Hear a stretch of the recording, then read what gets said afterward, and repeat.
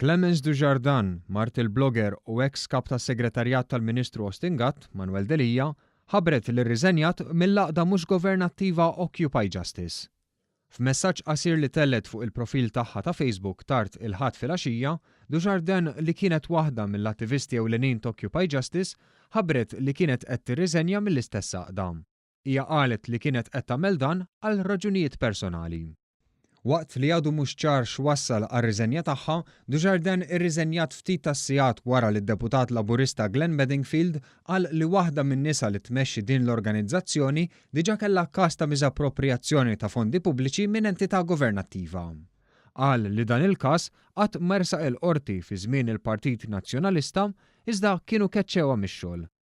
Ir-riżenja tagħha waslet ukoll f'anqas minn ġimgħa mindu whistleblower żvelat li kienet irriżenjat minn Occupy Justice wara li ntalbet tiġbor fondi waqt attivitajiet tal-Occupy Justice fosthom waqt fġieli li jsiru għal Defni Caruana Galizja. Il-whistleblower sostniet li eluf ta' euro li qegħdin jinġabru mingħajr ma jingħata rendikont ta' xejn huma frott ta' azzjoni illegali. Hija żieda tistaqsi jekk hemmx politiċi jew partit politiku li qed jagħti donazzjonijiet kbar ta' flus indirizzati lill-Occupy Justice.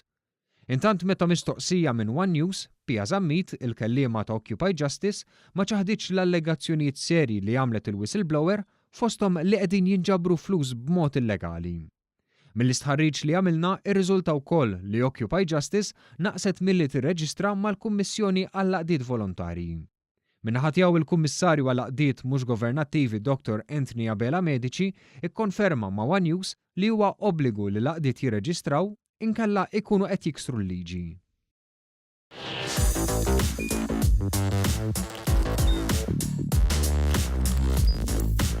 Idħol fuq one.com.mt u hemmhekk tista' tara l-programmi kollha li jxandru fuq One permezz ta' One Play.